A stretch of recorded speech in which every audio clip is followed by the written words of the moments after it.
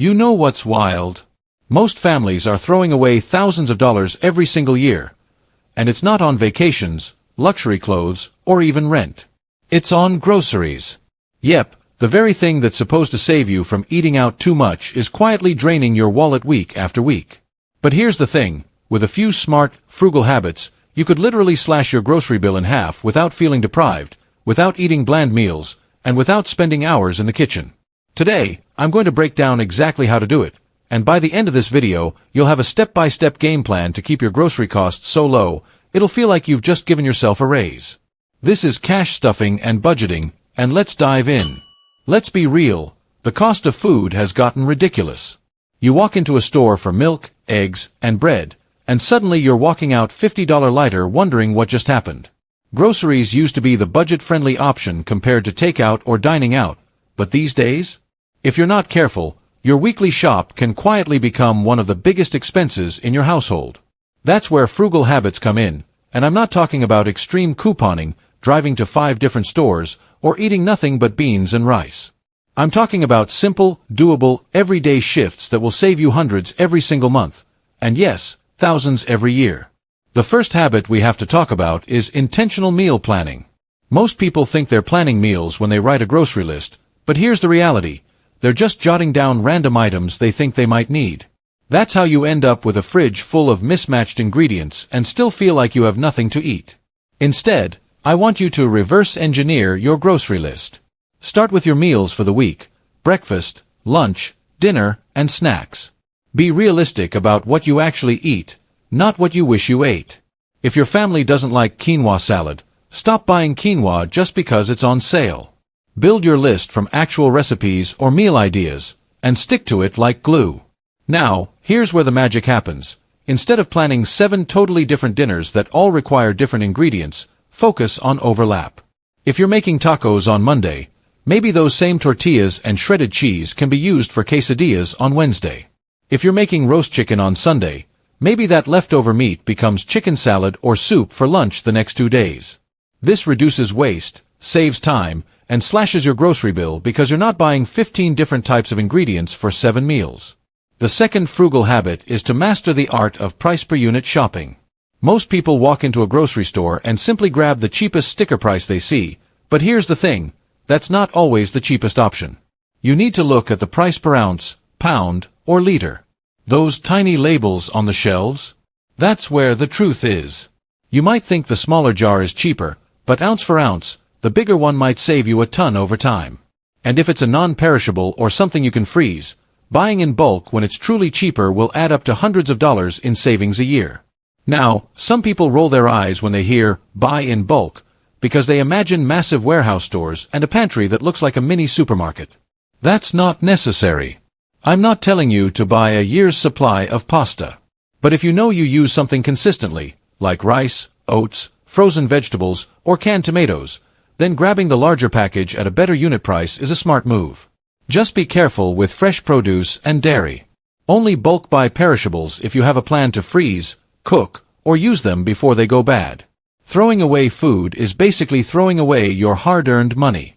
Speaking of produce, here's a habit that changed everything for me: buying seasonal and local when possible.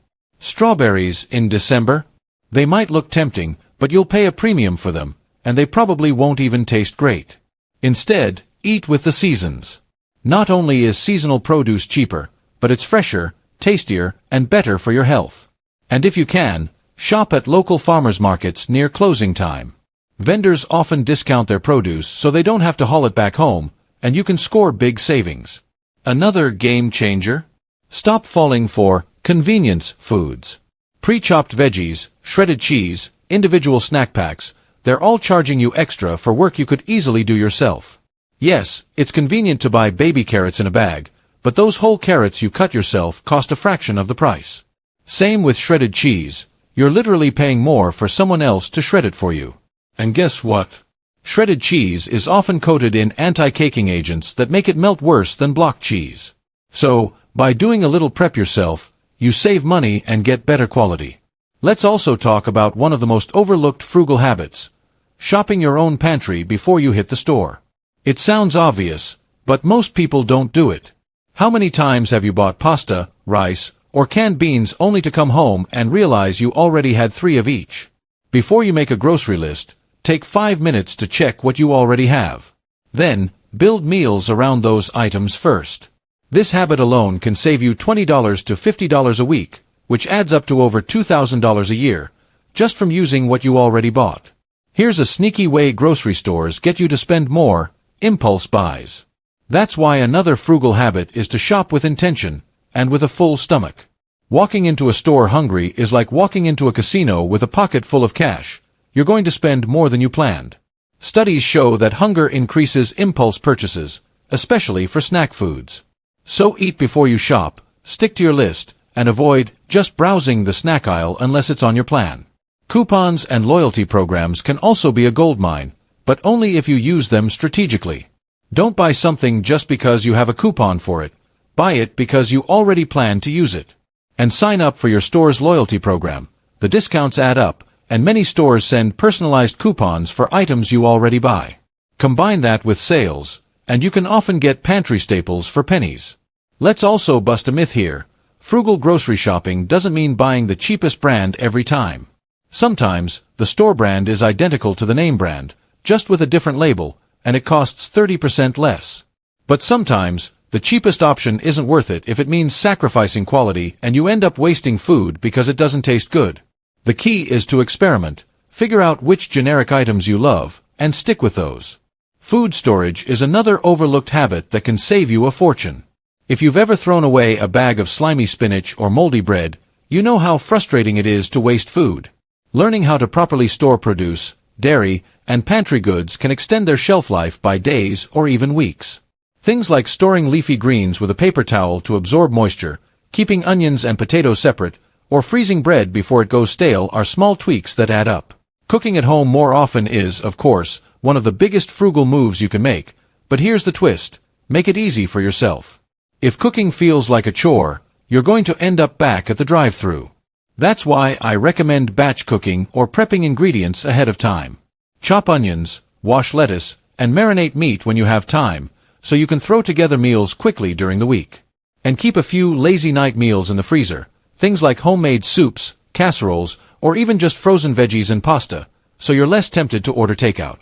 Frugal grocery habits are really about being mindful, about your budget, your habits, and your food waste. The truth is, you don't have to go without, you just have to get smarter about how you shop. The reward: you'll keep more of your hard-earned money in your pocket, and you'll feel less stressed every time you open your fridge and pantry. And remember, every dollar you save on groceries is a dollar you can put toward your savings challenges, your debt payoff goals, or that dream vacation fund. It's about making your money work for you instead of watching it vanish on overpriced items and waste. This is cash stuffing and budgeting, helping you live well on less, one frugal habit at a time. If you found these tips helpful, hit that like button, subscribe, and share this with someone who's tired of overspending on groceries. Because small changes in how you shop today can turn into thousands saved by the end of the year.